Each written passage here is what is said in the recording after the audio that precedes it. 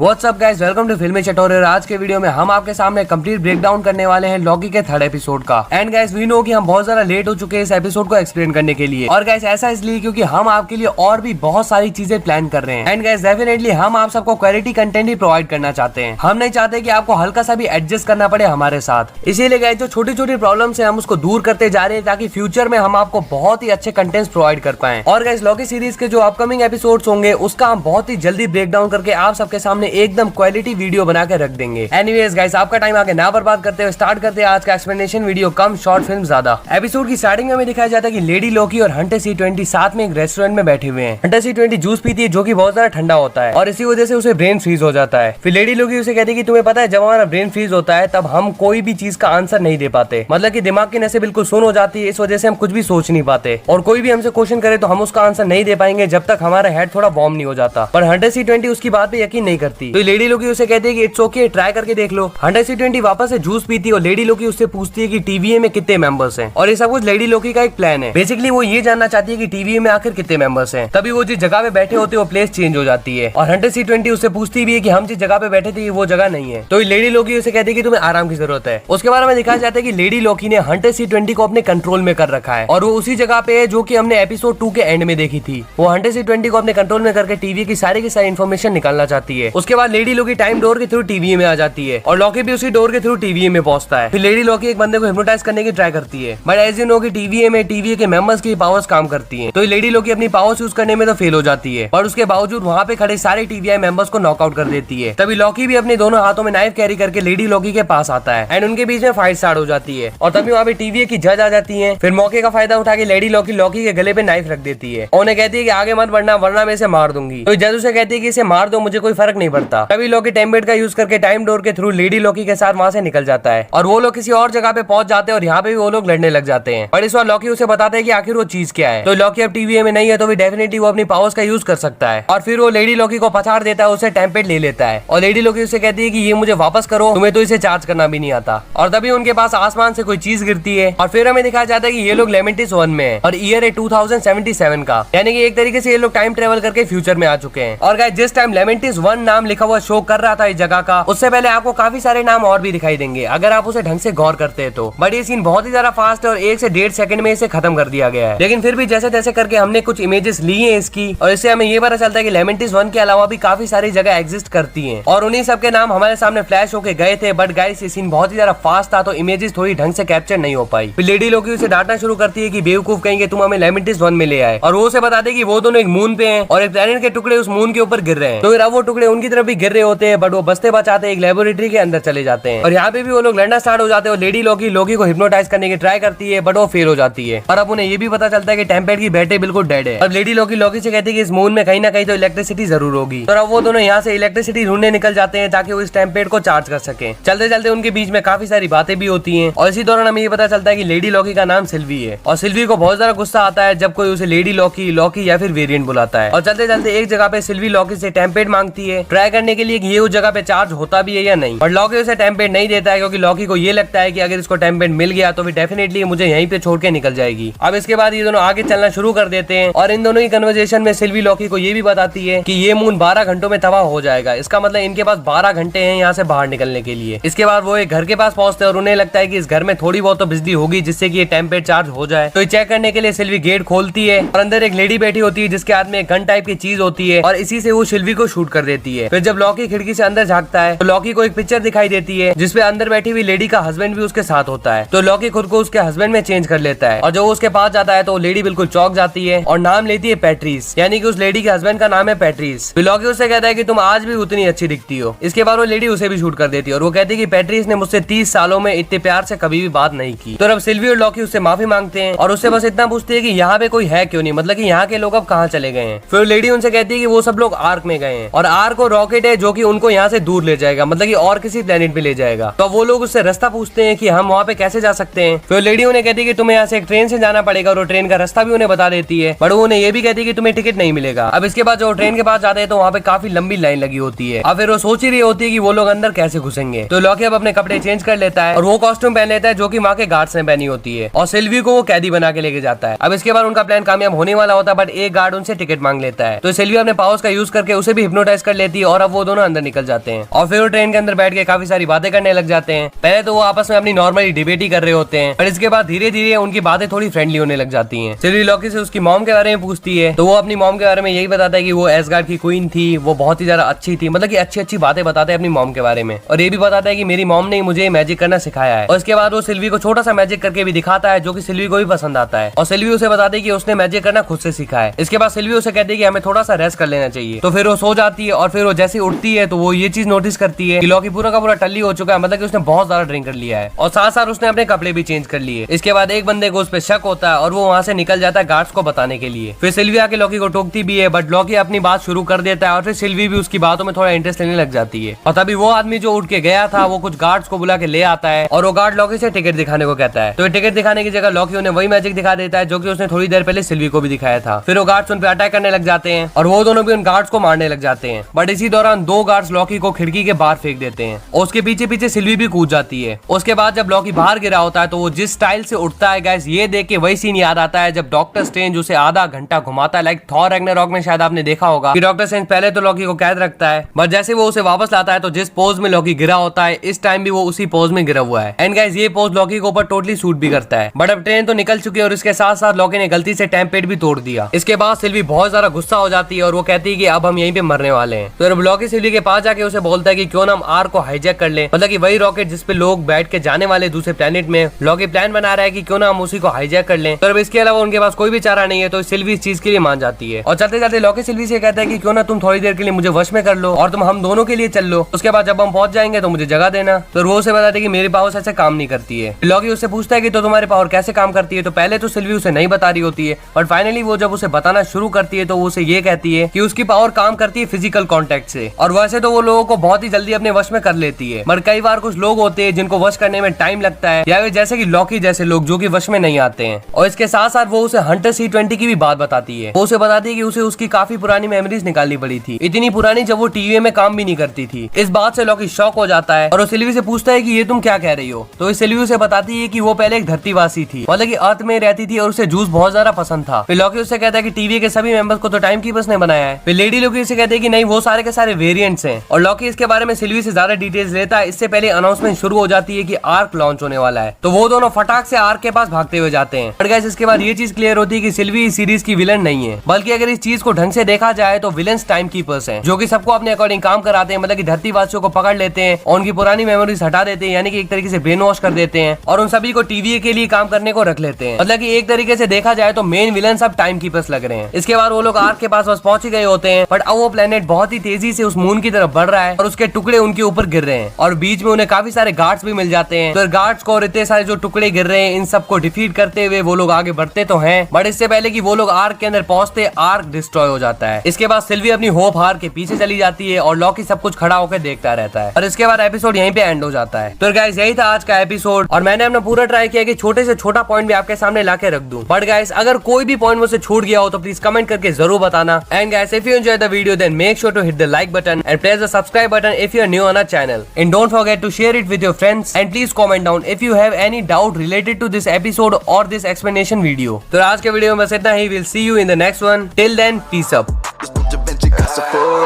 Take your girl when she come to town, yeah. You got a lot to say when I'm not around.